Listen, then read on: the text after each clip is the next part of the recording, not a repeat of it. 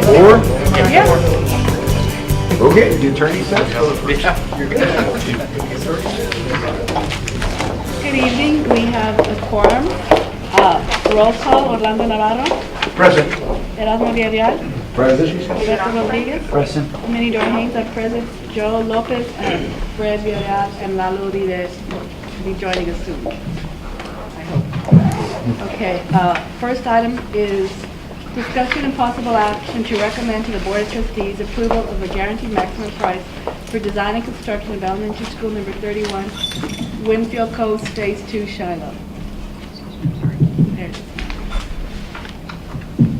Good evening, members of the Bond Oversight Committee, ladies and gentlemen, administration. For the record, my name is Karina Mendoza. I am the purchasing manager.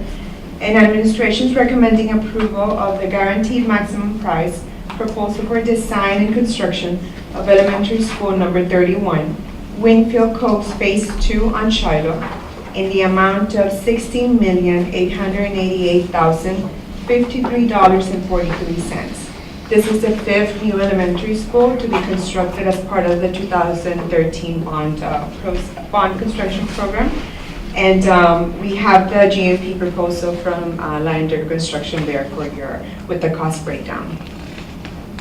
Do you have any questions, or Mr. Rahan is here to answer any additional questions?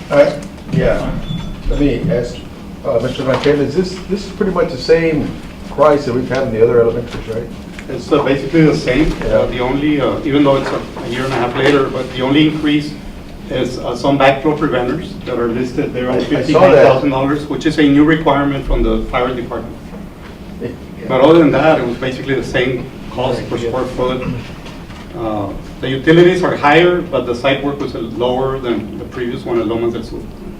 So we're very comfortable with this price. I think it's a very reasonable cost that comes out. If we go to the PowerPoint presentation, we give a little more description as far as cost per square foot.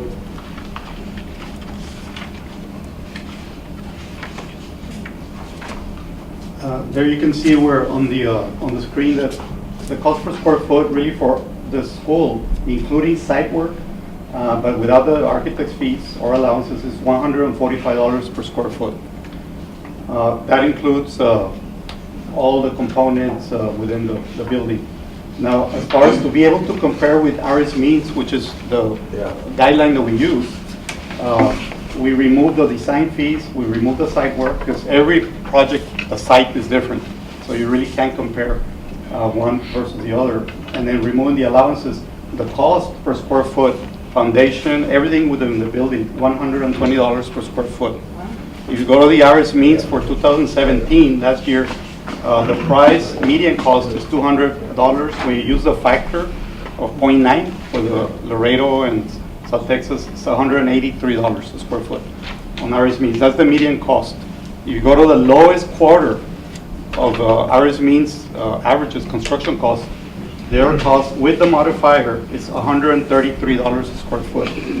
So $120 is very competitive for this kind of construction, especially it's all masonry, steel, includes all the HVAC, PA systems, fire alarm, networking included, everything. Let me ask you, That's below the original budget amount, right? The 17 something? Well, once we added, we still added the $400,000 for contingency. We really don't project using that because in the first 4 elementary schools, we've already made all the enhancements that were necessary, were requested by curriculum and instruction. Yeah, as each school was being built, any changes that were requested and approved were coming out of contingency. Right. So now, this design now includes all those changes already and into the base bid. So $400,000, keeping our fingers crossed, hopefully we don't have to use any of it. And that is a difference over the budget, but we really project, just like Lomas del Sur, we really haven't used anything there because very minor, we've already made all the enhancements. So more than likely we'll get refunded that amount of $400,000 or something close to it, and that will bring us right within the budget. One thing I would like to add, if you see down here, we're looking at the campus probably opening in August of 2020. But we'd like to issue the PO and the contract right now, which gives the design builder the opportunity to buy the steel and buy everything and store it right now. and avoid any inflation increases within the next year and a half or so. So he's going to buy, store, and start construction sometime later on. Yeah, it's a good idea because the prices are already kicked up big time. Right. I have another question for you. Who is going to construct the roads going up to the school? It will be Killam Development Corporation. Okay, Yeah, they have a commitment with Okay. United IZ, okay. just like they did on Alexander 9, to build all the roads up to the school and develop it, provide all the infrastructure, water, utilities, sewer systems. And as a matter of fact, they've already awarded, the Killam Corporation has awarded that contract to Martinez Paving, Yeah, and they've started construction. Because it's a long road to deal, to go from Winfield Parkway, which there has an entrance already on the loop, to go northward towards the elementary school site. In the future, their master plan projects to connect Shiloh, extend Shiloh on the east side of the loop, and go south to the elementary school campus. Yeah. To provide better And then traffic flow. Loop into, what is Winfield? Correct. And it'll come- That is correct. Okay. And also to Del Mar Boulevard.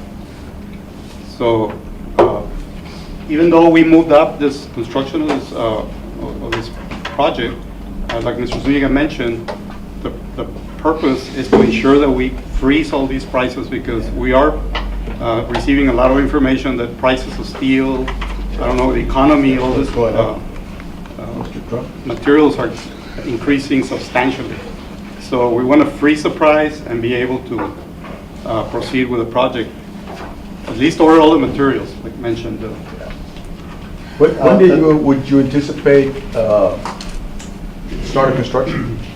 What was the question, I'm sorry? When would you anticipate the start of construction? We anticipate probably once materials and permits and all that is in place, probably around July to August of this year. Of this year? Correct. Okay, that's Yes. very good.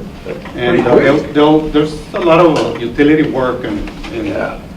fire lines that have to be built, but as far as the school itself, looking at around maybe September, October of this year. That's good. But again, like, it won't be open until August of 2020. Won't necessarily be on the fast track, but Well, yeah, there's, the population up there is not there yet. Yeah. The floor plan is basically the same as we had before, but we've made some enhancements that just provide better overall configuration of the building. One example is our playground and courtyard that is in the middle of the campus. All that area now will have concrete that will have colored dye, instead of just being the regular gray cement. The teachers and the administrators were asking for a little bit more aesthetics for architecture. That is included and it is shown on the GMP description. We're also including pavers in that area, which will also enhance it aesthetically. that's an example of what was taken out of contingency in the past when In the they past. requested an enhancement to the courtyard. Correct. So now that's already into the price. That's excellent. We've upgraded our systems using evac systems for the fire alarm. The security office, the main entrance, so high priority for our administration, for the school district and parents.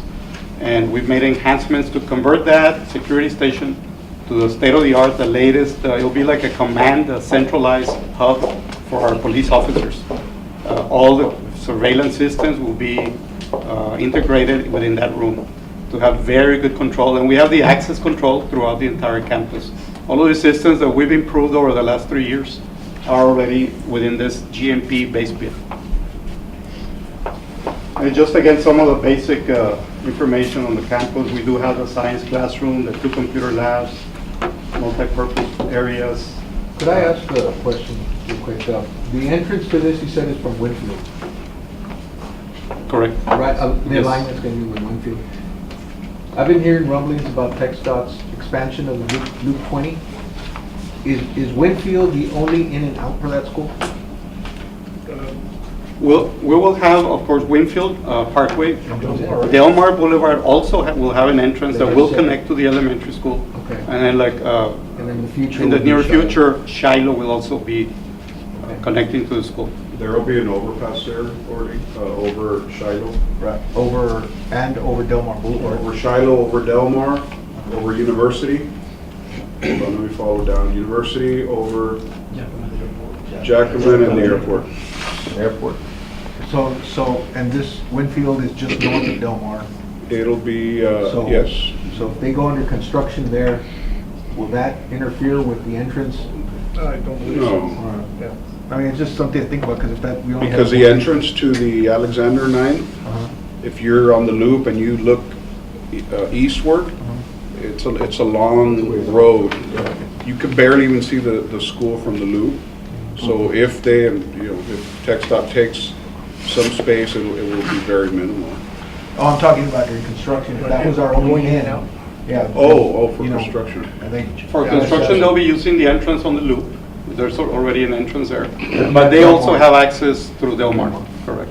That's the second one, okay. And of course, we listed there on the last page the allowances that we have. There's a concrete courtyard on pavers. We did include the concrete dike, the amphitheater. We do have the general contingency allowance that we really don't foresee using any of it, or basically barely anything. We do have a design contingency allowance. The last two schools we really have not used much from there. And the allowance for the marquee. We do have the 800,000 for technology infrastructure, and our cost in the previous schools is within that, pretty much close to that, less than that amount. We do have the landscaping allowance for xeriscaping, and then the fencing that will ensure, we have it all throughout the campus.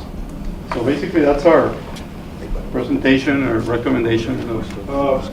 This may be a dumb question, but the design for this elementary school, is it the same or similar to the design of other elementary schools that we've approved with these bonds? Exactly the same. Okay, so then It's the same floor plan. United ISD PD responding to a situation at this elementary as opposed to another one, they'll know where the evacuate. Right. Yes, we're working on another bond project on enhancing all the entrances of all our 43 campuses, building security stations at the main entrance. And what we're creating at every campus, high school, middle school, elementary schools, is exactly what we're building, like similar to what is here at this campus. Right. I don't know if you had an opportunity to see our entrance. It's very secure, maximum security to provide, ensure our students and our teachers have a safe environment. I know right now you walked in and they weren't locked, but during the day, once the Right. bell rings, because you'll have to get in, right? I go to my kids' schools, believe me, They're locked. Yeah. I don't know if you have any other further questions from Karina. Any further questions from the committee? Madam Chair, I'd like to make a motion that we approve the guaranteed maximum price for elementary school number 31, Winfield Coast Phase 2, Shiloh, in the amount of $16,888.53 and 43 cents. Do I have a second? Second. All those in favor? Aye. Any opposed? Thank you, motion carries. Please let the record show that Mr. Lalo Uribe is for this. I'll go with that. Yes, I did. He nudged me to say What if that. He nudged me to say What if I that. told you I went to the wrong campus? I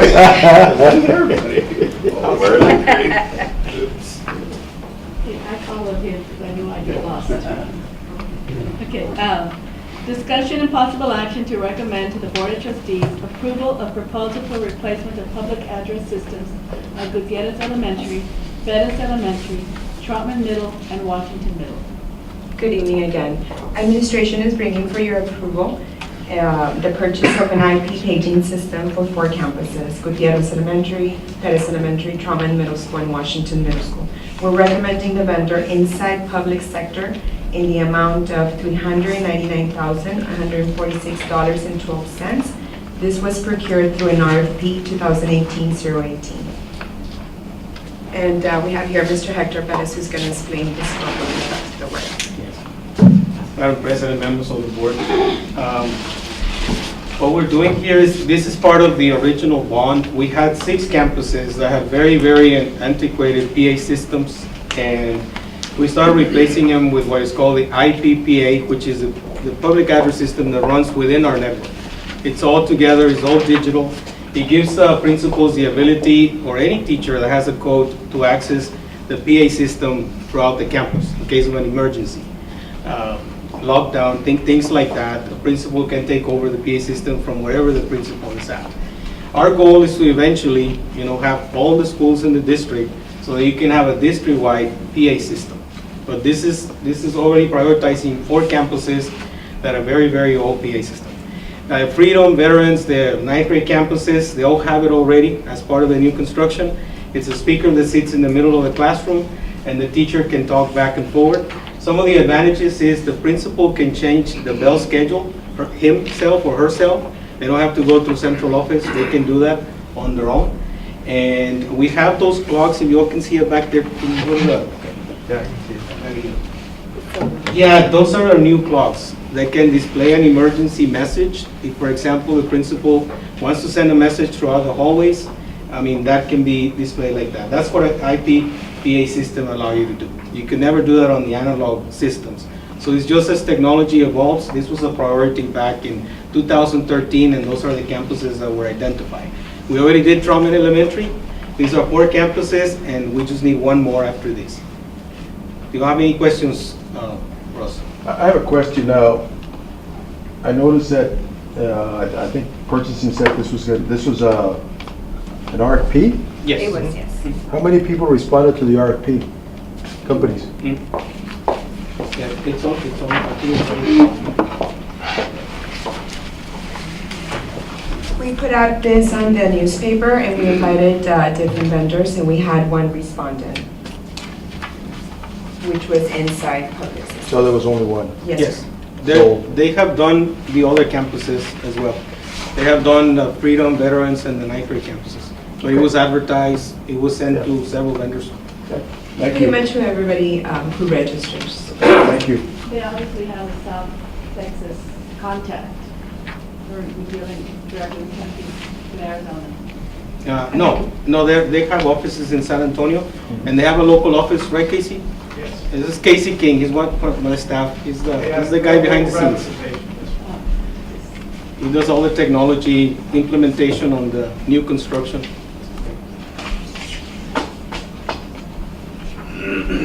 Our radar went up when we saw 10 feet. Yes, that's where the headquarters is. Do you have any additional questions for us? What are the wishes of the board? Madam Chair, I make a motion that we approve the recommendation of staff, $399,146.12 for the recommended vendor inside public sector. We have a motion and a second. All those in favor? Aye. Any opposed? Thank you, motion carries. Thank you. Next item, discussion and possible action to recommend to the Board of Trustees approval of proposal for JOC 005-2017 Saunders Service Center Secondary Data Center, MDF, HVAC system, and electrical upgrade. Madam Chair, we're bringing to you this job order contract, and we're recommending approval to Lion Construction of Texas. We sent out the job order contract proposals, and we received 2 proposals, and we awarded 2. We're recommending it to the lowest bidder in the amount of $191,600 even, with contingency allowance of $10,000. We have the start date of the project of May 10, with a final completion date of September 15, 2018. With me, I have Mr. Menchaca, Mr. Menchaca, who can provide additional, questions. Yes. The purpose of the secondary computer room is so we can have a backup in the event something happens at Lindenwood, where it's our main computer room. If there's flood or anything like that, that might happen. I don't know if you want to show the picture. So these are real pictures from Hurricane Harvey. This is Humboldt ISD. And their computer room got flooded, and they didn't have a second computer room. That is a real Oh, picture. you're kidding. You don't want to go through that at central office, because we're responsible for report cards and paychecks. Those are the 2 key things in our district. What we're doing right now is we are virtualizing our 4 key systems: our student system, our finance system, our timekeeping system, which is Kronos, and our instructional system. Those 4 systems, we're virtualizing them so we can run them parallel. We just need another site in the event something happens at Lindenwood. You got to remember also that we have IP telephones, which means it's almost 8,000 phones that feed out of central office, out of Lindenwood. So God forbid something happens in Lindenwood, and knock on wood, our entire phone system will go down. We will have to go to our emergency analog lines if something like that happens. And the reason why we do that is to save money on the recurring lines. We link, our whole district is linked on a 10 gig fiber optic ring. So we need a secondary backup place, and Saunders is the place where we're planning to do the secondary computer room. And Mr. Macheca is making sure we have adequate air conditioning and electrical. Let me ask you a question. Did you guys look at the flood map? Because that area there is right off of Chacon, and if the lake blows, you're in the flood zone, big time. Over there on Saunders? Yeah. Yeah, we didn't look at. Chacon is right down from where you guys are at. That's the main spillway for Lake Casablanca. And if anything goes wrong with that lake, that's where it's gonna exit out, and it's gonna come up this way. And that's just an FYI, just to be, Yeah, that's the back. I mean, you're backing it out, so we better think it out. Take a look at the flood zone. I mean, if you have to do whatever you need to do to make sure that you elevate or do whatever you need to do, because it's just an FYI. We can look into. I have a question. What line item is this coming from the bottom? Network infrastructure upgrades. So it's not HVAC renovation? No, no, it's coming This straight project out. was initially scheduled to be done at the Link House down in South Laredo, where Right. we have a secondary. But there was going to be a lot of structural work that was going to have to be done to be able to support this project. It's been hugely over budget, and so we had to locate another area where we could establish this. And this is really about the only free area we have right now, because we're Okay, so this is not added, this is, no, it was there from the Yeah, beginning. it comes out of the network infrastructure upgrades. even though it has HVAC upgrades, you're gonna take it out of the network? Yes. Okay. Yes, that's important in order for the equipment to function properly. And it's on electrical feed also as well. Okay. And this will have backup generation and everything. Yes, right? it has a diesel Yeah, backup yeah. generator. We have one at central office, and it's tested every Saturday, so if anybody complains about the noise, that's what we do, 15 minutes every Saturday. Yeah, And then this will be the same thing. It's a replica of what we have at central office. yeah. It's just that, the only thing I can say is just make sure you look at the flood zone. Yeah, we'll definitely take a look at it. Definitely.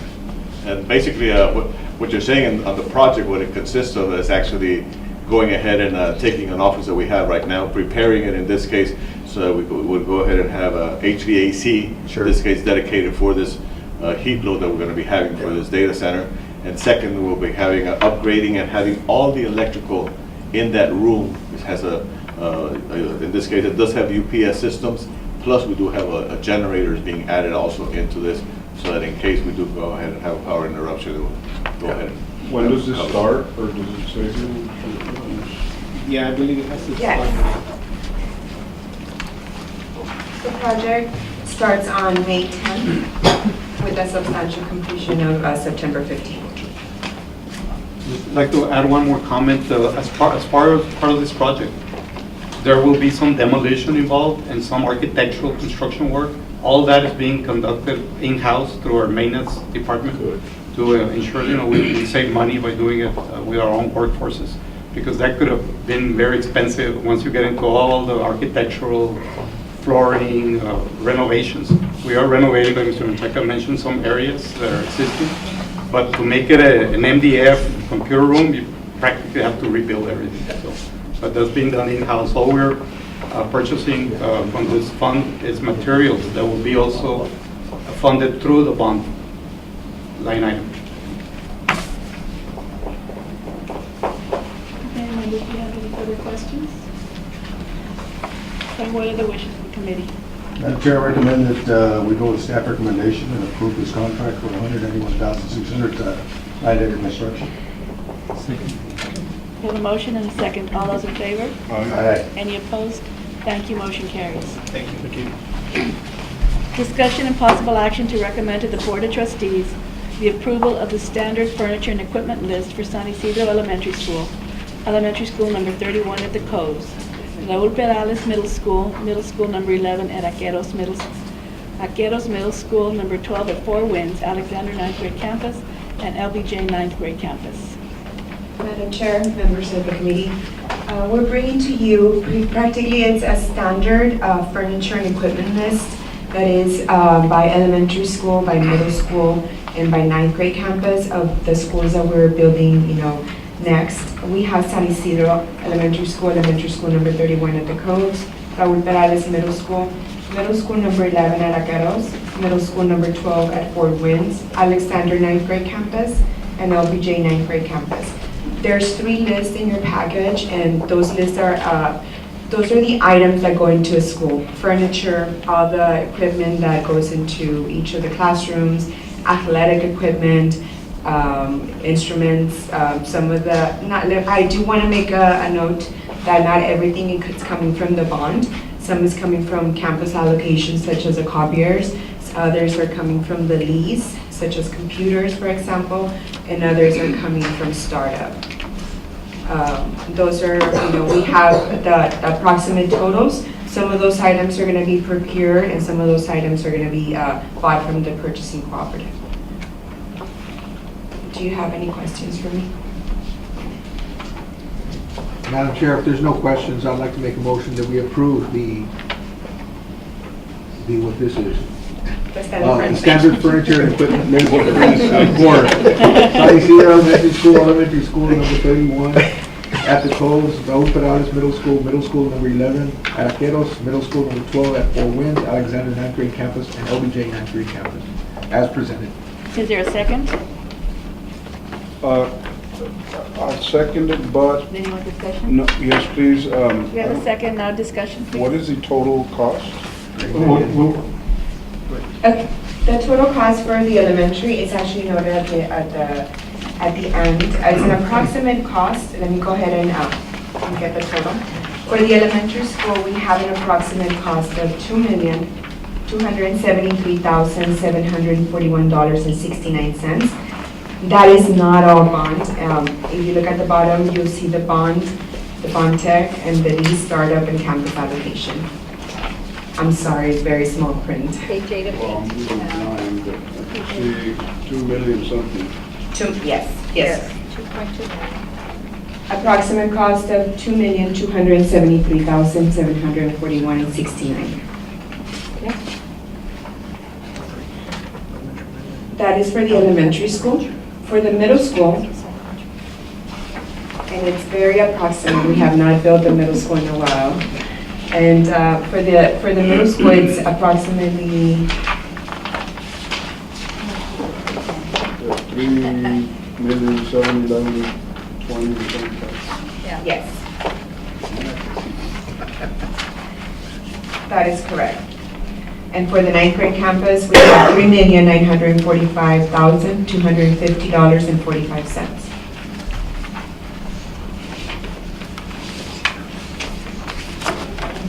Let me ask you have a bond total here of 2.2 and then bond tech. That's an additional bond that you have for technology, right? That comprises the total amount? Yes. We just divided it like that for technology purposes. But both bond and bond tech are from the 2013 Correct. or whatever. Correct.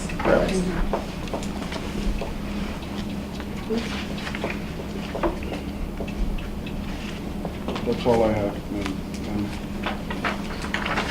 There's no further discussion, I'll proceed for a vote.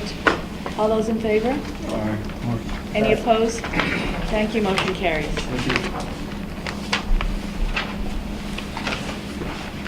Discussion and possible action to recommend to the Board of Trustees approval of proposal JOC 2018-002 HVAC and EMS System Replacement at Gonzales Middle, Washington Middle, Salvador Garcia Middle, Borchers Elementary, current Alexander 9th grade campus, and the related amendment to the Capital Projects Fund allocating interest revenue. Madam Chair, members of the committee, we're bringing for your consideration approval JOC 2018-002 HVAC system and EMS system replacements for 5 campuses as noted. We are recommending the contractor Decker Construction of Texas, and JOC this proposal, and we received only 1 bid, so we're recommending this bid. We have an approximate construction start date of May 10th of 2018 with an approximate final completion date of September 6th of 2018. Madam Chair, I think, if I may make a couple of comments here. For this item, and excuse me, this item and the next two items that follow, when we were developing the bond program back in 2012, I believe, 12 or early 2013, the following three items were at that time not necessarily a priority one. That was 6 years ago, 5, 6 years ago. They're more like a priority two. But we've gotten to this point in time where now we're needing to replace these items. And again, they're the type of items that you would normally include in a bond program. These are items that should last you 20, 25 years. But of course, they weren't specified in the original bond program. They're still not, but we fully intend to continue with the projects that were named in there. We feel we'll have enough bond proceeds to finish all the remaining projects that were outlined in the original bond program. But as we issue bonds, bond proceeds come in, we accrue interest on those in the bank account, and nowhere has that been allocated anywhere.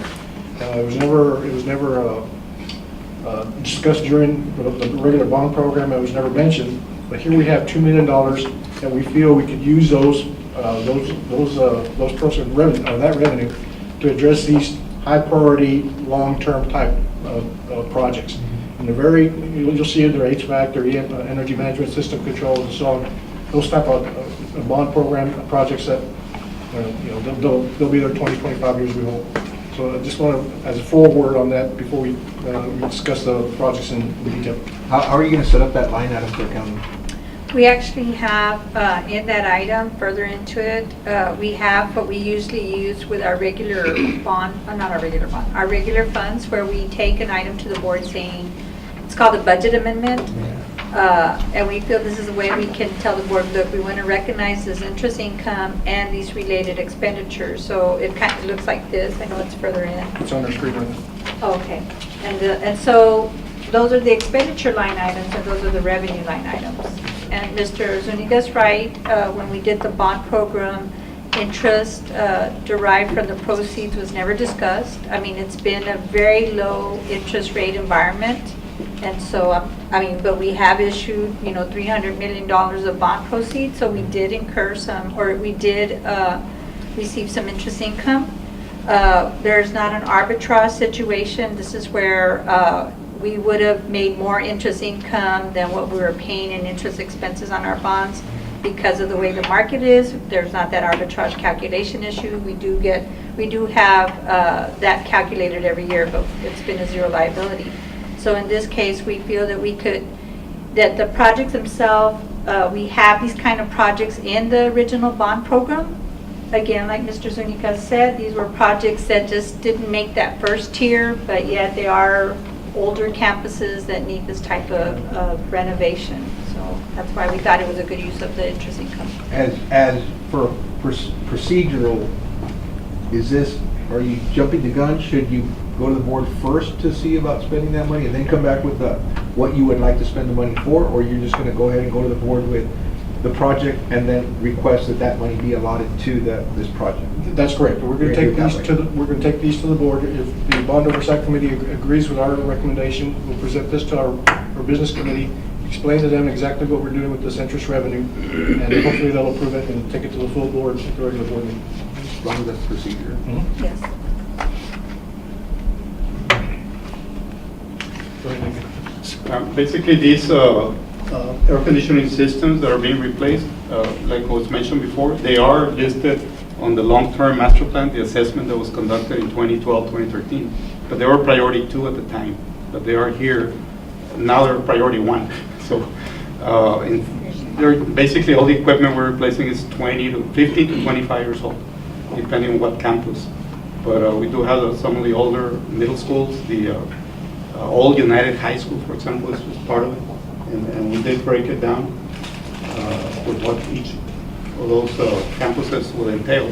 There are some energy management systems that also are integrated into this equipment that needs to be upgraded simultaneously, and that is already included. So you are referring to this as bond proceeds, but it's interest generated from the bond. Right, it's interest revenue. Interest generated by the bond proceeds. Yes. I like it. How much interest has been little over 2 million. 2,009,000. Since the inception of It's bond got the program. exact amount. Sorry? Yeah. $2,009,761. 2 million. Boy, Sam. Got it ready.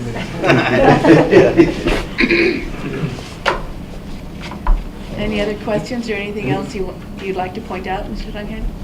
No, just this type of, the reason that we have a long list of projects that we need, but HVAC is probably one of the highest priorities to ensure our classrooms, our cafeterias, all our areas are adequate and have a safe and good environment for our students.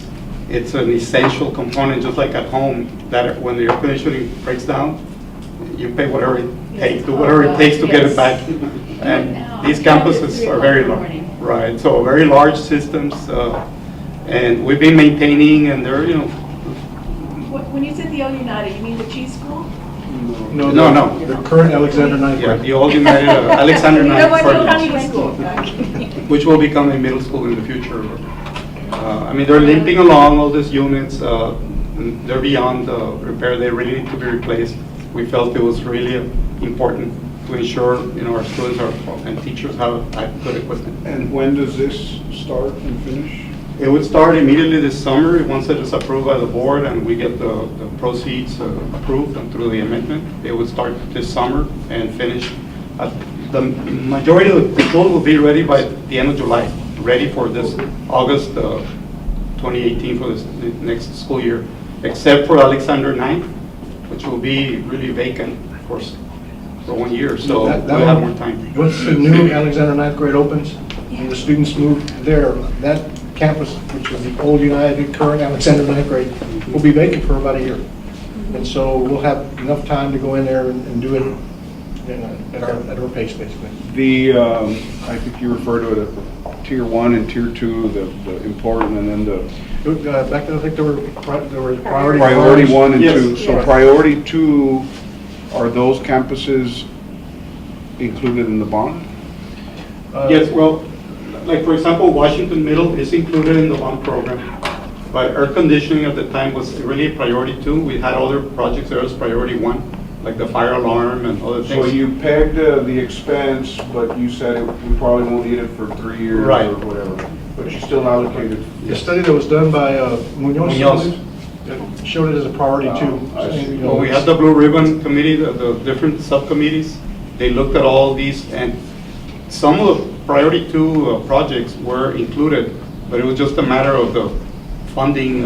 It was capped as to, we had to select what are the higher priorities. Some of the priority 2s, like these units, were not included at the time, and they've worked okay for the last 5-6 years. But I think initially we had, maybe $500 million or something like that.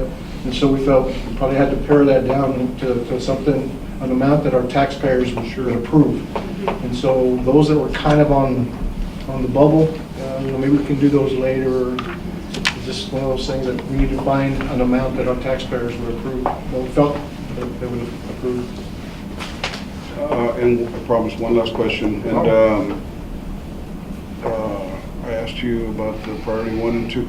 So projects that I've seen here and throughout every other meeting that we have has a contingency. How often do they hit that contingency? And if they don't, where does it go? And are any of the schools coming in at below? When they don't, when there's a contingency either not used or just partially used, it just drops back into the capital projects fund. And we adjust the budget to the actual cost, and it's there. It's revenue that's just there. I don't want to say just there. That could be used down the road for, again, other projects that. And it's gaining interest while it's sitting there. Yes. Right. It's not just there. Yeah, it's not just there. It's not, bad choice of words on it. So the taxpayer authorized the district to go out for bonds not to exceed 408.7 or whatever the figure was. Correct. If all is said and done and priority 1 and 2 and every school and all this is taken care of and we've only spent $395 million and you still have a cushion, does that go away or do you just not call for those bonds or? Well, Again, it would Well, probably I be, think what happens, and our proposition that was voted on was, I guess the way it was worded, it made it flexible for us to address projects that could come up. But I think in talking with our bond counsel, he kind of said, look, you kind of have a contract with the voters. Right. Meaning like you told them what you wanted to do. That's kind of why we felt that this type of project was already in the program. So that it's not anything out of the ordinary, like we're not putting in an expansion of our natatorium or anything like Right. that. It's kind of what the program itself was going to do anyway. Similar in scope. Yeah, similar in scope. But our proposition itself was written, I guess, a lot more flexible Broad. to not tie us to, oh, you can only do these things. No, and I'm totally with Right. you, and I understand, I'm with the projects, but at the end of the day, after 5 years, 8 years, however long it takes to build all these schools and HVAC and everything, and hey, by the way, you know, we've only spent 400 out of the 408 million. Do you say, well, let's go and find a project for 8.7 million, or do you say, Well, that's all? Well, But at the same time, But we would come through this type of process that we're doing right now, you know. But you're They also- were authorized bonds. excuse me, but you're also drawing the money, so there could be a point where you just don't draw anymore. and I was going to mention that, Point. it would be up to the board of trustees to determine, you know what, we'll stop at 400 million because all our projects, really, it's up to the board. But you're not selling Yeah. bonds, you're selling them as needed, right? Right, we've sold 320 million. So there's like 88 million left. So what you're talking about is cashing out the whole thing. But Yeah, in other words, they're just doing it- because you can, do you hit it, you know, it's like, you know, giving my wife $500, she's gonna spend $500, but she could only spend $400, you know, so I guess my point is we have that open line of credit, if you will. Do we need to max it out, or can we say, you know what, we were better stewards than what we thought, or whatever, and we didn't spend it all? As we report the finances to the board of trustees, you know, they would be making that decision, you know, do we stop at 400 million, everything's built that we said we were going to build? We don't want to issue anymore. It's, of course, up to the board of trustees. All right, no more questions from me, I promise. Llegó tarde y anda preguntando.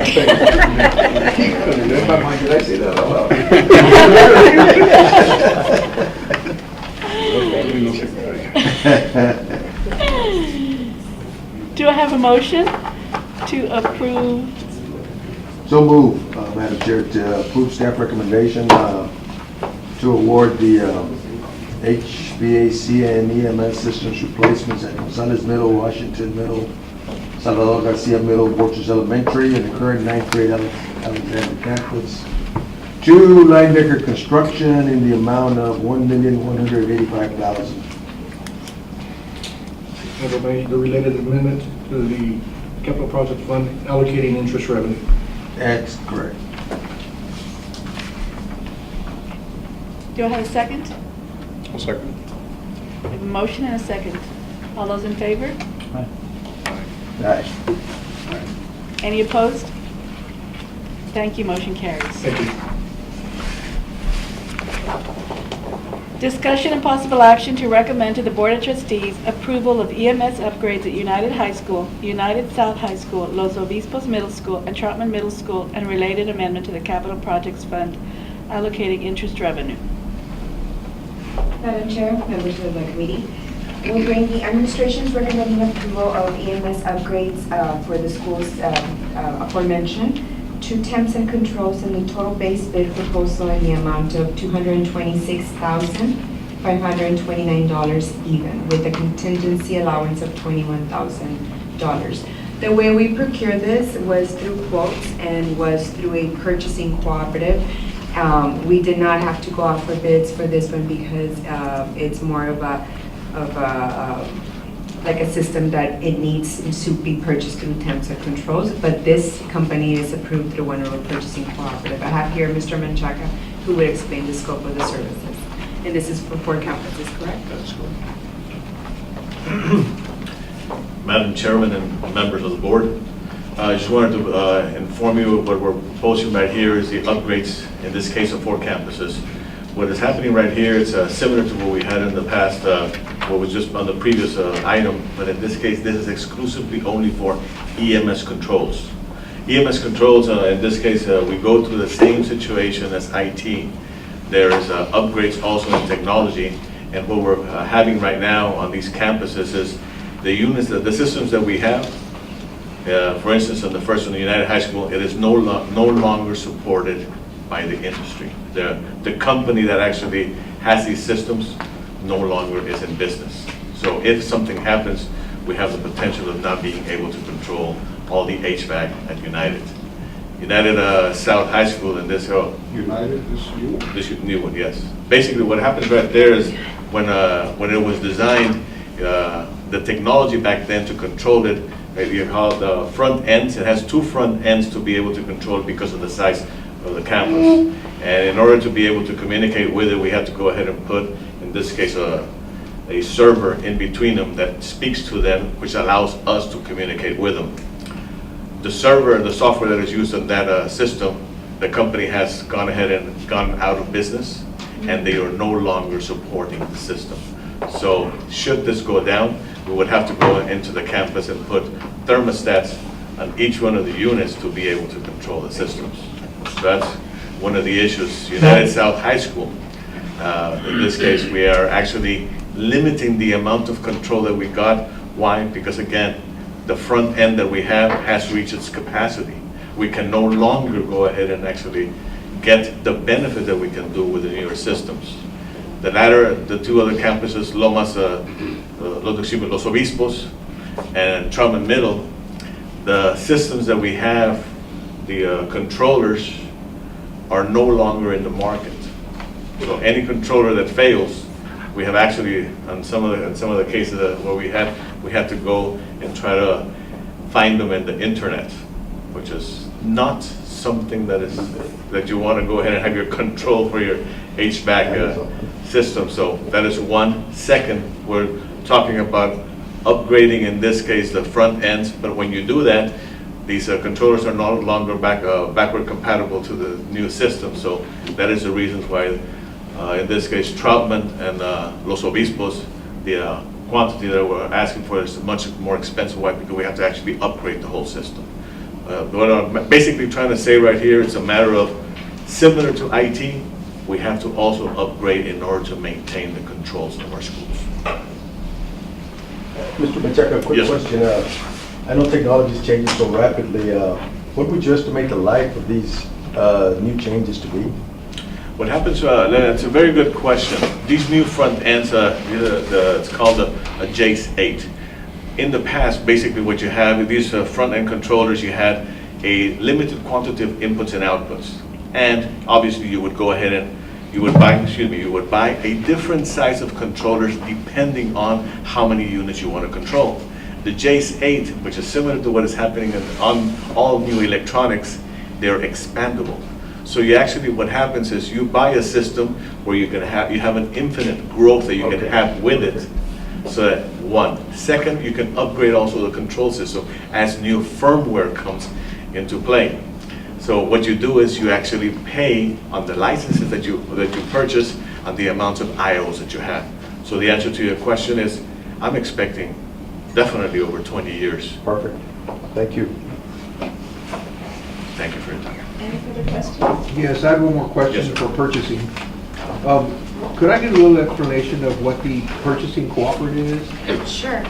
A purchasing cooperative is where United ISD actually goes to the board with a resolution to join a purchasing cooperative. Those contracts there have already been competitively procured by the cooperative, so that means that we can actually spend our taxpayers' monies using a cooperative. And Who's in the cooperative? there's different vendors. For example, we have, in this case, temps and control. We have furniture vendors. We have EMS vendors.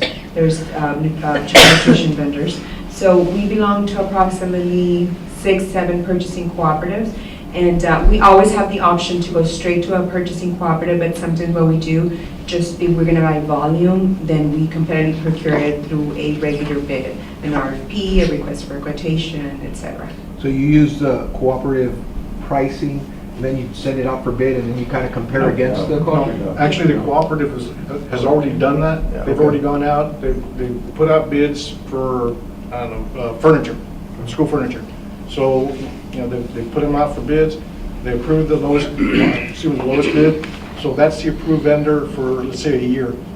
And so, us as a member of that co-op, we can actually just go in there and buy directly from that vendor at those prices that were awarded by that cooperative. And this satisfies all the procurement laws and No, I state thought law. you said that you go out and you bid. We can. We can.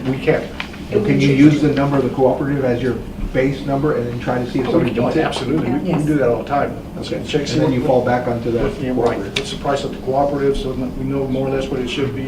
We've done that all the time. Sometimes we even compare with the pricing of a cooperative is actually more than if we would go out for Right, bid. you're trying to beat So, it. yeah, so it depends. In this particular case, Temps and Control, it was in a cooperative already, so we just went straight with that cooperative because of time. Okay, let me ask you, because I'm familiar with the state co-op. Is this just a school co-op, or is it the state co-op? It's one of there's several state cooperative, and this one particular was by board. Okay. Yes. That's it, thank you. Right answer. Yep. Is there any other questions? Then I'd like to entertain a motion. I will make a motion that we approve staff's recommendation for the approval of the EMS upgrades at United High School, United South High School, Los Obispos Middle School, and Trotman Middle School, and related amendment to the Capital Projects Fund allocating interest revenue to temp set controllers, and the total base bids proposal in the amount of $226,529, which is including $21,000 in contingency allowance. Second. There's a motion and a second. All those in favor? Aye. Any opposed? Thank you, motion carries. Discussion and possible action to recommend to the Board of Trustees approval of JOC 007-2017, Trotman Elementary Kitchen Hood Replacement Project, and the related amendment to the Capital Projects Fund allocating interest revenue. Madam Chair, members of the committee, we're bringing for your consideration approval JOC 007-2017, Trotman Elementary Kitchen Hood Replacement, and we're recommending Sertucci Construction. We procured this through a job order contract. We received 2 bids, and we're recommending the lowest bid to Sertucci Construction in the amount of $187,333 even, with a contingency allowance of $13,000. And I have here Mr. Menchaca to explain the scope of service. Madam Chairman and members of the board, would like to go ahead and present to you what we're planning on doing at, in this case, Trotman Elementary School kitchen. Currently, right now, we have, the kitchen does have a hood. The thing is that it's a floor exhaust type of a hood, and in this case, the area is not functioning properly, and what is happening is it's creating very hot areas for in this case, for the workers. And in doing any kind of replacement of this, we actually have to bring it up to code. And by bringing it up to code, we cannot go ahead and have downflow in this case, for schools. We cannot have underground type of exhaust. It has to be a vertical exhaust. That is part of the reasons why you'll notice that it's an expensive project. And the main reason is, one, you're looking at in the kitchen, it's actually on the first floor. You have a basement on that school in Trotman Elementary. The duct system goes through the basement. So you're looking at 4 penetrations that you have to go ahead and cancel.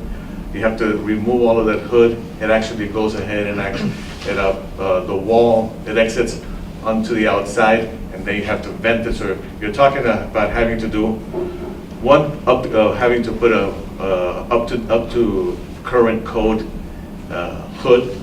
Second, ventilating it through the roof. Third, going ahead and canceling all of this ductwork that you have through the basement. And in this case, a lot of this work has to be done actually on the floor. You have to cover the floor for the kitchen, which when you do that will become now the new floor for the kitchen, because all of the exhaust will be upstairs. The third item is the existing kitchen, the hood that we have right now supported from the floor itself. Now we have to do structural work to support it from the, in this case, from the current structure. So this is, well, I try to elaborate a little bit on this because of the fact that I know the amount is very expensive, but it entails a lot of extra work to be able to bring it back to code. Did we get the Roof work also. We had an item way back when for an AC system? Yes, and we did that, and that's already been done, but again, because of the way this is operating, there's also still some areas that aren't functioning properly because of that. So this is the last repair. This is what we need to get it to where we need to go and to get to code. I have a question on a note that you have here on the recommendation. The bid is for, you have a bid, but then you put in parentheses, including $13,000 in contingency allowance for district use and approval only. Why is that put in there? Because it looks to me like Sertuche would think that that contingency is his, but the way I'm reading it, it belongs to UID. Yes. So can we eliminate that 13,000 in there? We don't want, we know, and we've made it clear in all our specs, because we did run into trouble with a vendor at one time, and that's exactly what they thought. There was errors regardless of whether it was used or not used, and that wasn't the situation, that wasn't our intent.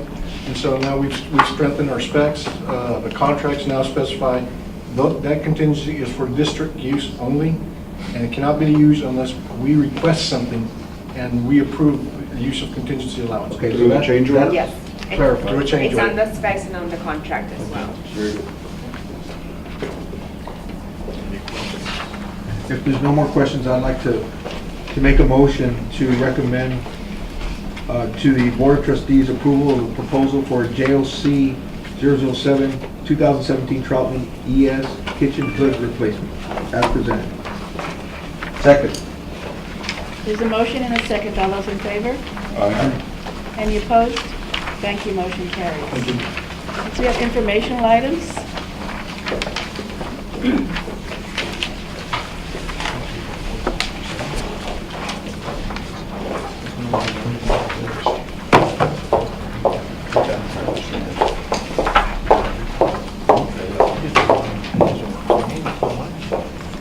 Good evening, Madam Chair, committee members, and members of the audience. Ignacio Lanís, Director of Construction Management, presenting the current bond project status report as of April 4, 2018. As you can see on the summary sheet, we're starting with the first three schools on the list are schools that are approximately completed and close to the 100%, starting with the new middle school, number 10, which we actually got the certificate of occupancy already, and we're going to be planning to furnish soon. So that campus is completed. San Isidro Elementary School as well. The CO has been issued, and we actually have occupants at the facility now doing registration. So the building is ready. Alexander 9th Street campus is also approximately 80% complete, and we've had already the city visit the site and are doing their preliminary inspections, so that we expect that project to be completed by June or July of this year. So it will be ready for this coming school year. Now the LBJ 9th Street campus, that one is approximately 31% completion, and we have that one projected to open in 2019. The elementary school number 30, which is Lomas del Sur, that one is pretty much just getting started, and we have a couple of the pretty much half of the slab poured and some of the metal structure already being placed. So, and that school is projected to be open by the end of this year. Now, for additions and renovations, the Alexander building additions, which is the agriculture building and the fine arts building, that one is approximately 55% complete, and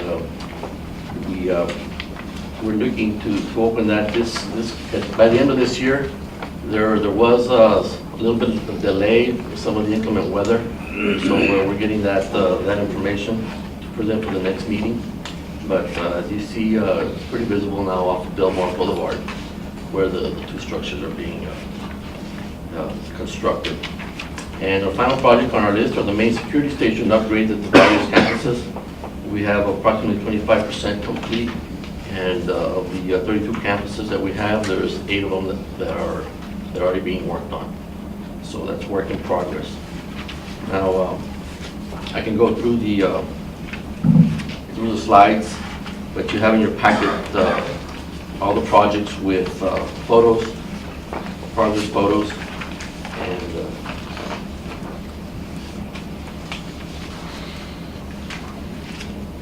Nothing have to run from, well, 21.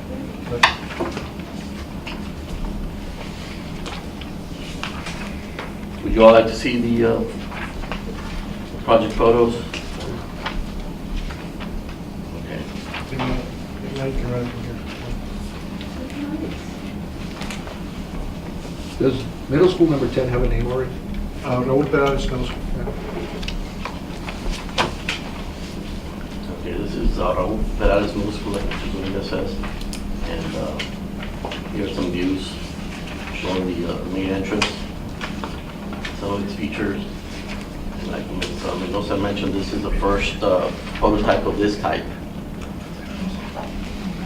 It's a two-story building, which is divided with the administration library, the public spaces as you enter the building.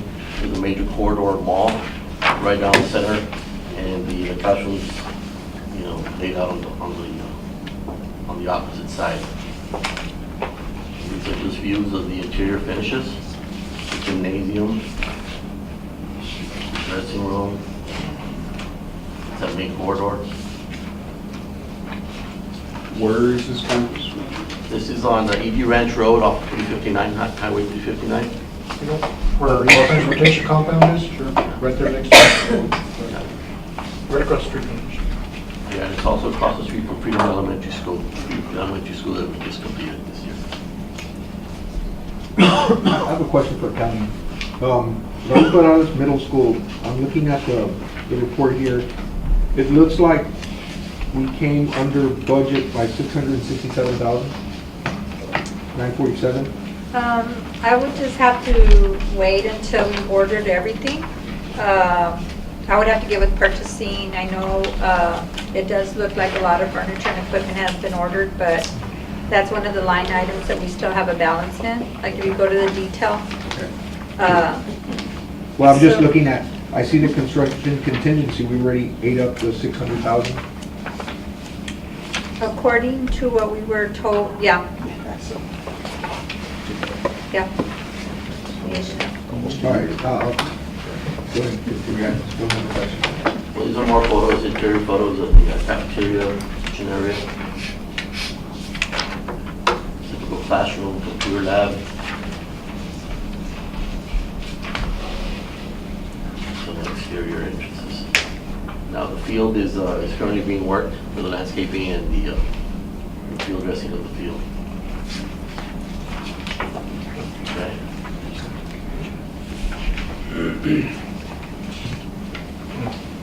What's the next project?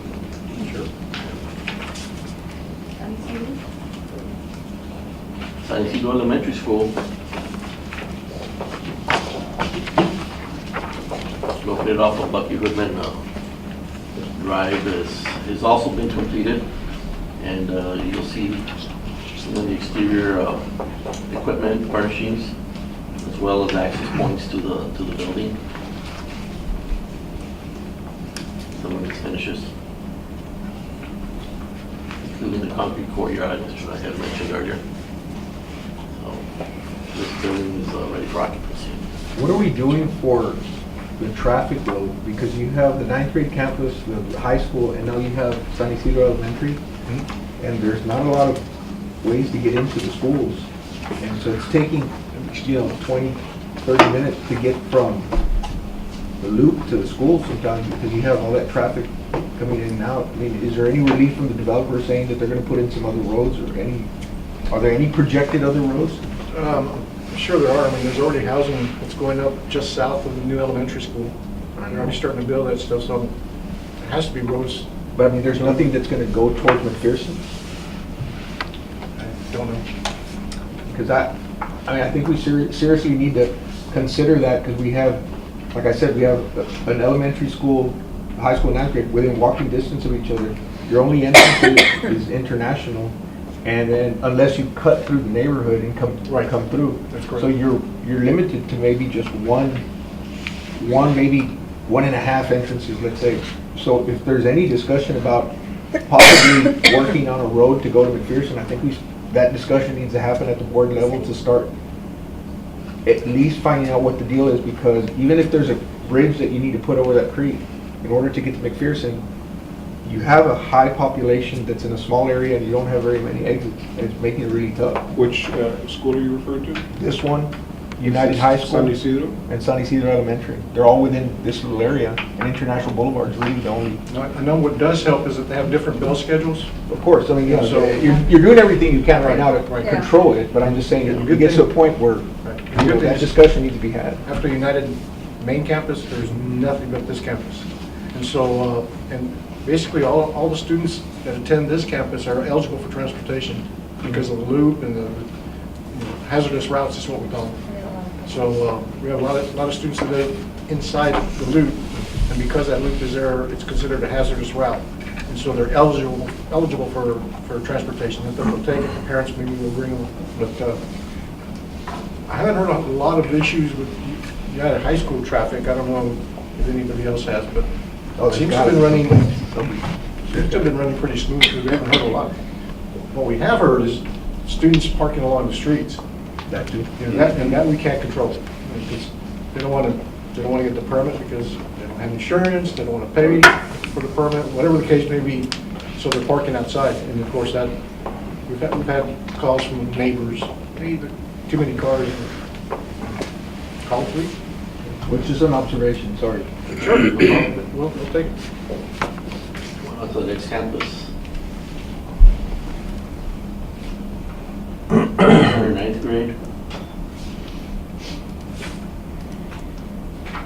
As I mentioned earlier, the inspections by the city are being conducted of building and fire department, and see that the exterior finishes have been completed, as well as the interior.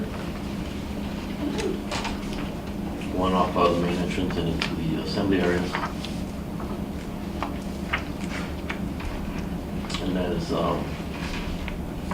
in all projects, we're getting testing. We're having the mechanical systems being tested and balanced to ensure that the energy management system is working properly once the building's in full operation. This campus, that 9th grade Alexander will be ready to open in August or September. That's correct. An entrance to that is also Loop 20 and Delmar. So Little B. Johnson 9th grade campus Right. is approximately, like I mentioned earlier, 30% completion, 31%. And same layout, but it is the final 9th grade of the 9th grade designs. Ready to this bond.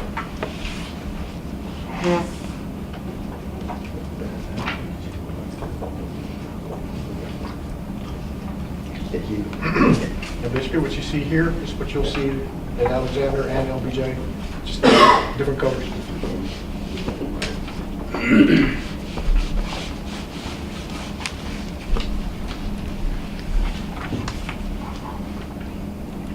Now elementary school number 30, which is off of Loma del Sur. As I mentioned earlier, has slab has been partially poured in the curing stage, as well as some of the metal structure placement is underway.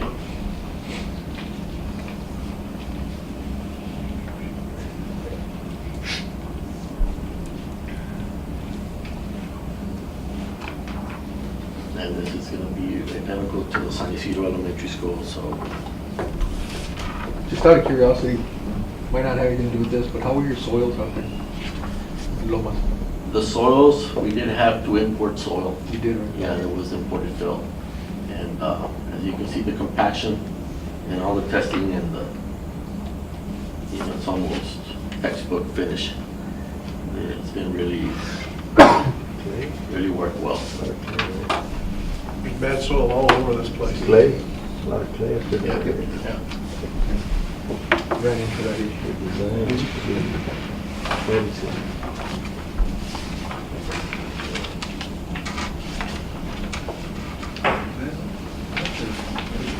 Alexander High School additions and renovations.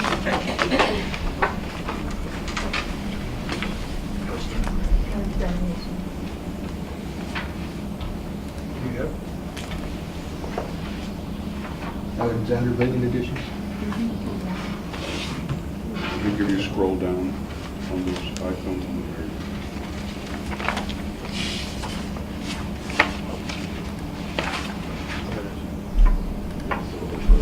This one? Yes. Alexander High School additions and renovations. This is where we have the agriculture building and the fine arts structure. In progress. This is the fine arts structure, which is immediately adjacent to the loop by the second gym.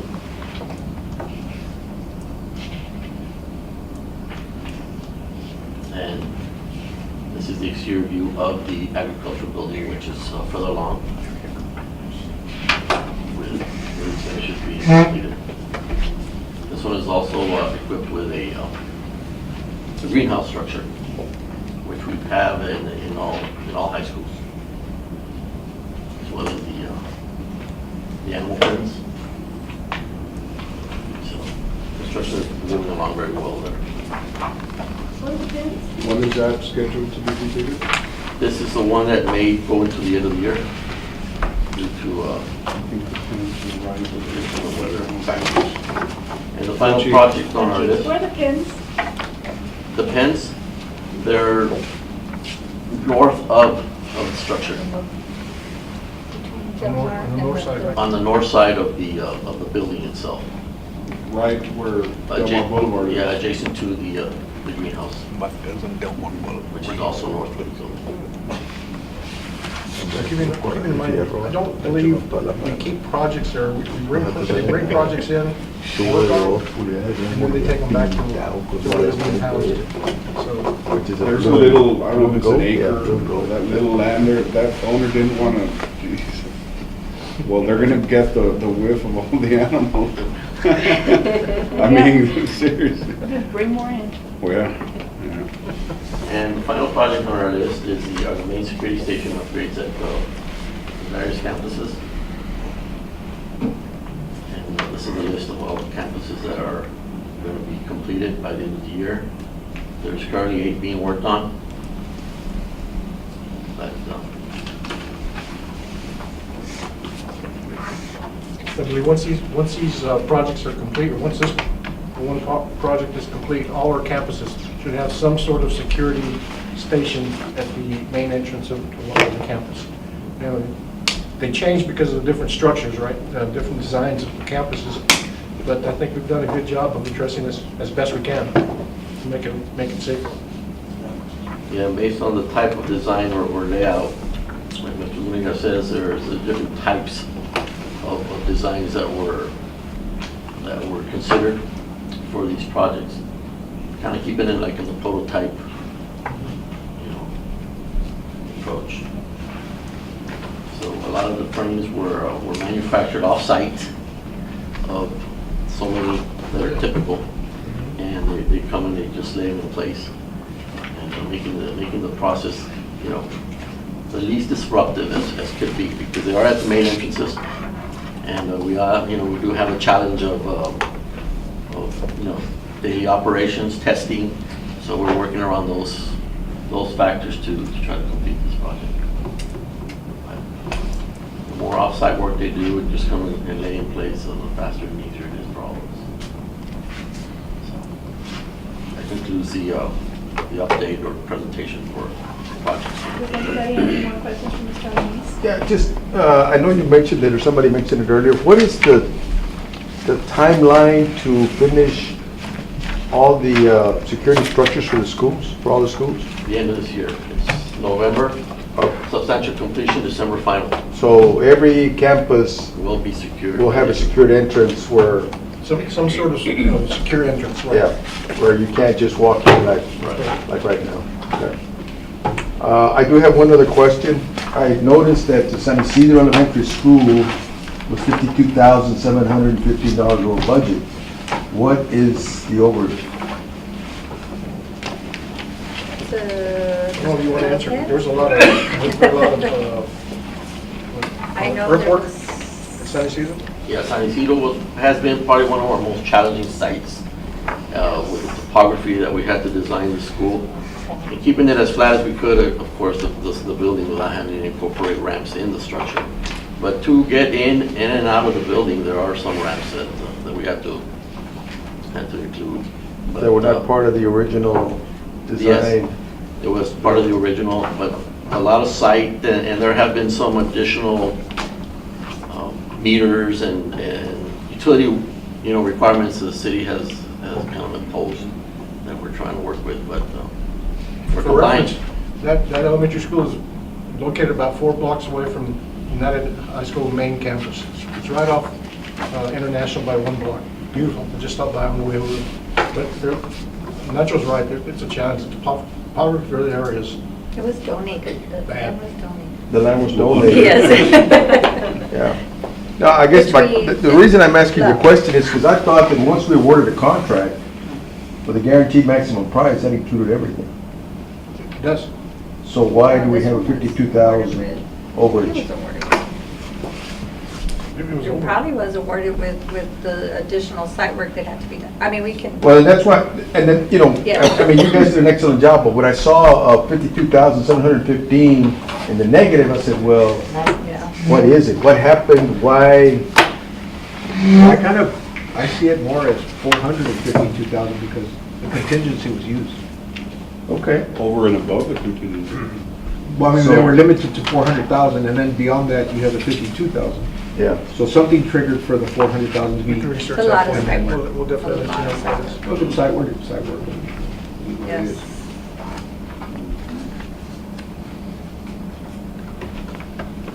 Any other questions? Any more questions for Mr. Alanis? Thank you. Oh, Thank you. all this stuff is being updated on the website, I believe so if people want to know, they can go to the website.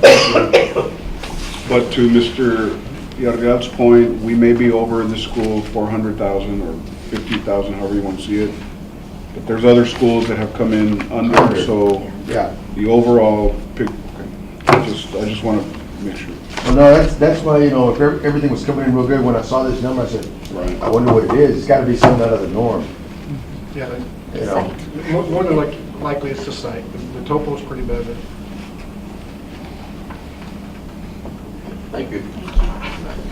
The bond program financial report, Mrs. Benavides.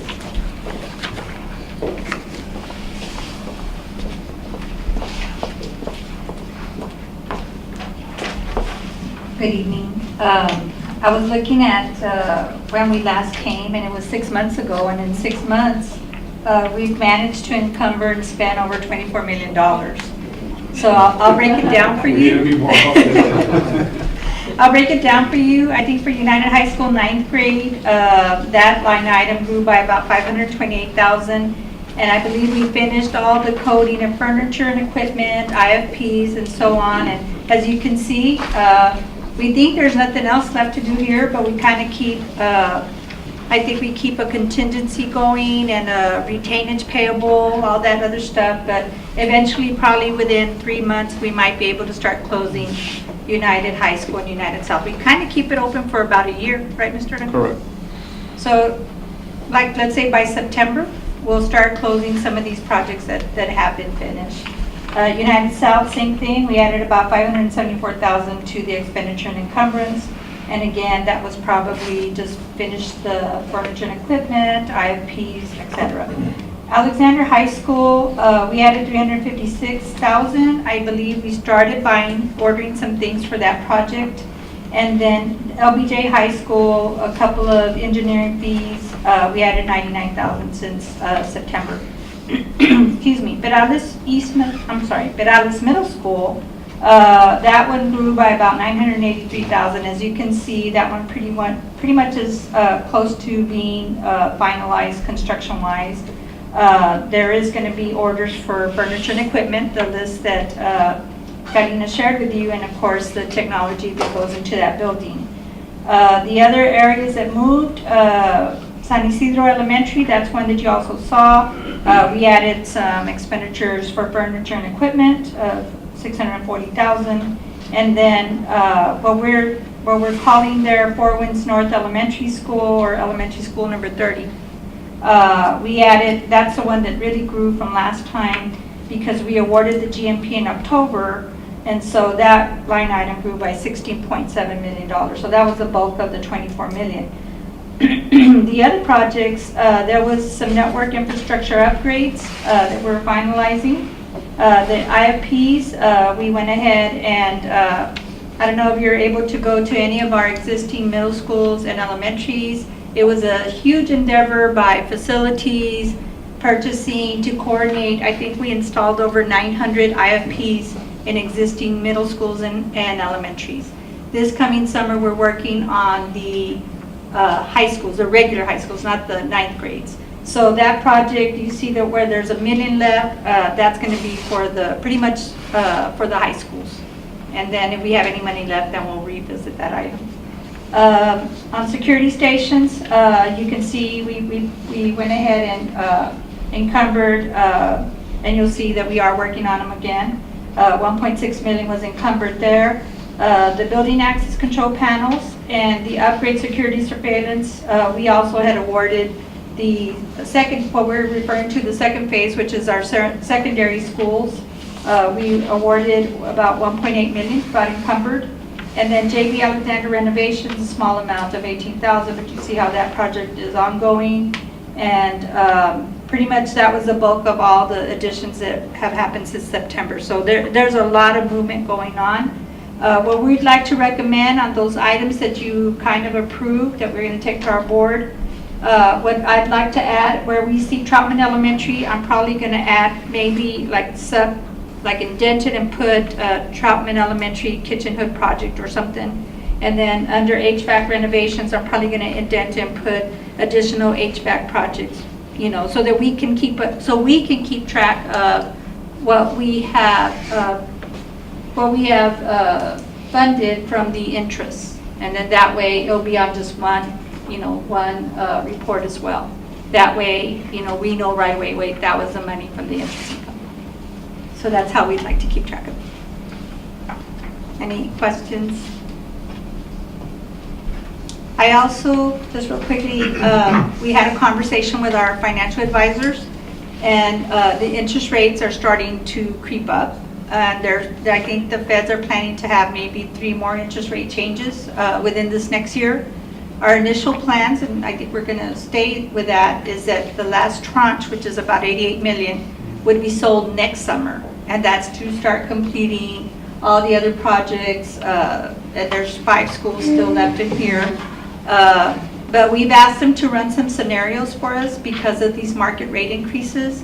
We're telling them, look, run something for us if we sell in November and if we sell in February, just to see if we don't want to have the interest rates get so high that it's just like if we had just taken advantage of a lower market environment. So they're going to run those scenarios for us, and we'll be visiting with Mr. Zuniga and Mr. Santos.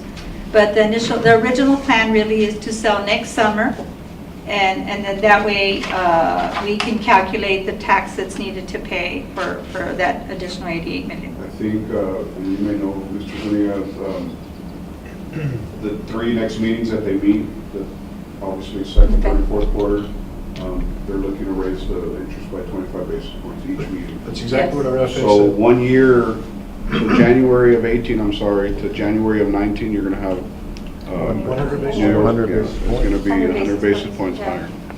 So on 88 million. And on 88 million, Yeah, that's yes, a I'm sorry, lot. yes. So we have to run those scenarios. And that's why we need to run, we need to run those scenarios because we need to look at the effect on the tax rate to make sure it stays within the tax rate we told our taxpayers it was going to take to get this bond program off the ground. So again, it's just one of those, We're checking we're them, in between. yes. So wouldn't you want to then sell what you can now instead of later? Well, the issue there is that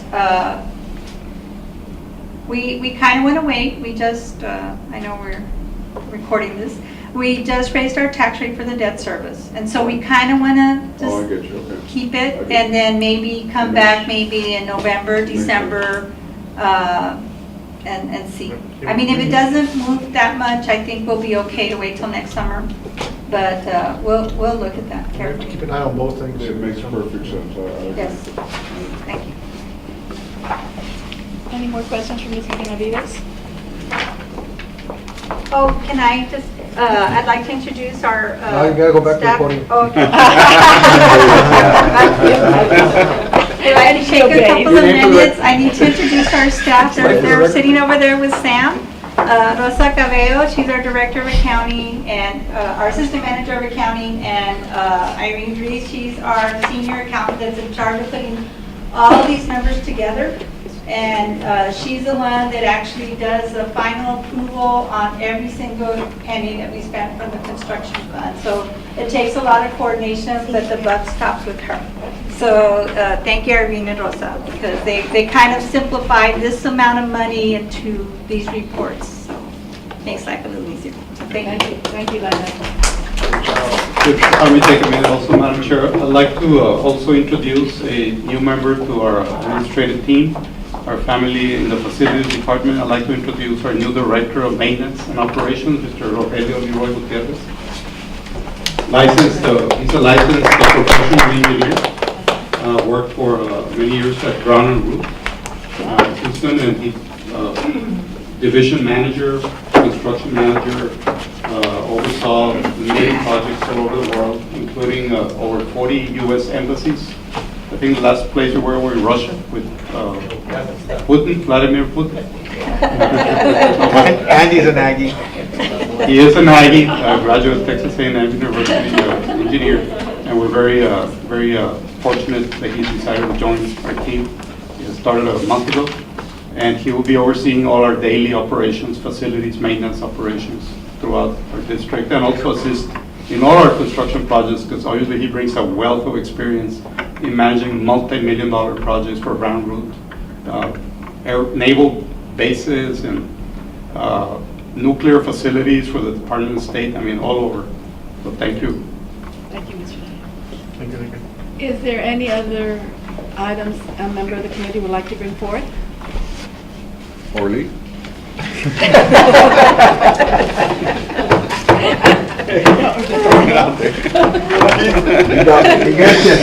got you. Payback. No, I'm good. Motion to adjourn. No, not yet. Oh, not yet. We haven't finished the items. What are we looking at for the next committee meeting?